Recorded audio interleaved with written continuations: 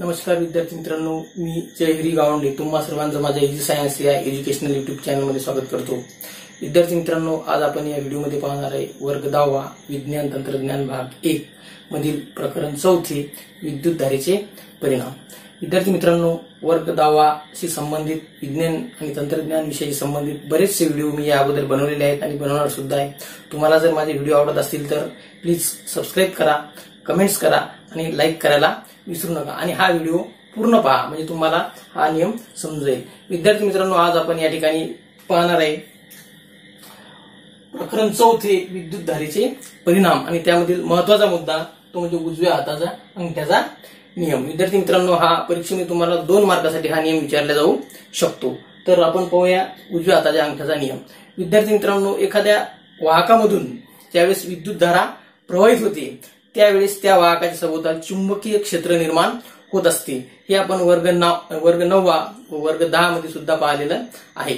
ज्यावेळेस वाहकामधून विद्युत धारा प्रवाहित होते त्यावेळेस त्या सभोवताल निर्माण होणारे चुंबकीय क्षेत्र जे आहे त्याची दिशा नेमकी कोणती असते ते आपण या नियमाद्वारे पाहणार आहोत। हा एक नियम आहे की जो वाहकासभोवताल निर्माण होणारे चुंबकीय क्षेत्र आहे त्याची दिशा दर्शवण्यास मदत करतो।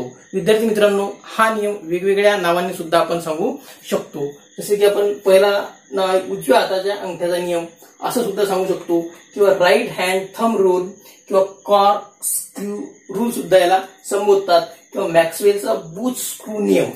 अशा प्रकारे वेगवेगळ्या नावाच्या आधारे आपण हा नियम सांगू शकतो। विद्यार्थी मित्रांनो, चला पाहूया आपण हा नियम नेमका काय आहे। विद्यार्थी मित्रांनो, अशी कल्पना करा की तुमच्या हातामध्ये एक सरळ विद्युत वाहक आहे। समजा हा माझ्या हातामध्ये सरळ विद्युत वाहक आहे। अशा वेळेस माझा उजव्या हातामध्ये हा विद्युत वाहक असून माझी ही बोटे या विद्युत वाहकासभोवताल लपेटलेली असून अंगठा हा माझा सरळ दिशेमध्ये वाहकाच्या दिशेमध्ये आहे। अशा परिस्थितीमध्ये जर या वाहकामधून विद्युत धारा प्रवाहित होत असेल तर विद्युत धारेचा मार्ग म्हणजेच माझ्या उजव्या हाताच्या अंगठ्याची दिशा आहे। तर लपेटलेली बोट या परिस्थितीमध्ये ही विद्युत चुंबकीय क्षेत्राची दिशा दर्शवतात। म्हणजेच समजा या वाहकामधून विद्युत धारा प्रवाहित होत असताना किंवा प्रवाहित होत असेल तर ती जर अंगठ्याच्या दिशेने प्रवाहित होत असेल तर लपेटलेली बोटे मात्र त्या ठिकाणी चुंबकीय क्षेत्राची दिशा दर्शवतात। अशा प्रकारे विद्यार्थी मित्रांनो, हा नियम आपण सांगू शकतो। माझ्या हातामधील पेन हा एक विद्युत वाहक जर आपण समजला आणि अंगठ्याची दिशा ही जर विद्युत वाहकाची दिशा असेल तर पेनासभोवताल लपेटलेली जी बोटे म्हणजेच विद्युत वाहकासभोवताल लपेटलेली जी बोट आहे ही चुंबकीय क्षेत्राची दिशा दर्शवतात। थोडक्यात वाहकासभोवताल निर्माण होणारे चुंबकीय क्षेत्र हे कशा प्रकारचे असते तर एखादा वाहक किंवा एखाद्या वाहकाची दिशा जर तुमच्या उजव्या हाताच्या अंगठ्याच्या दिशेने असेल तर वाहकासभोवताल लपेटलेली बोटे ही चुंबकीय क्षेत्राची दिशा दर्शवतात। विद्यार्थी मित्रांनो, आपल्याला या ठिकाणी आकृती दिसते।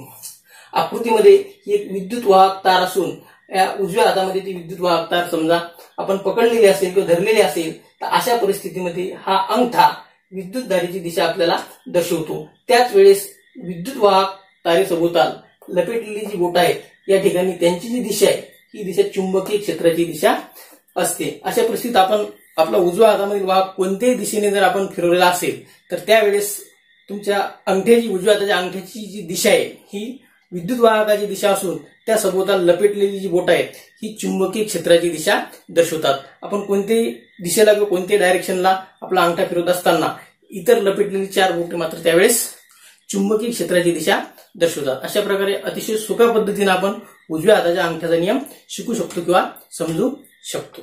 धन्यवाद।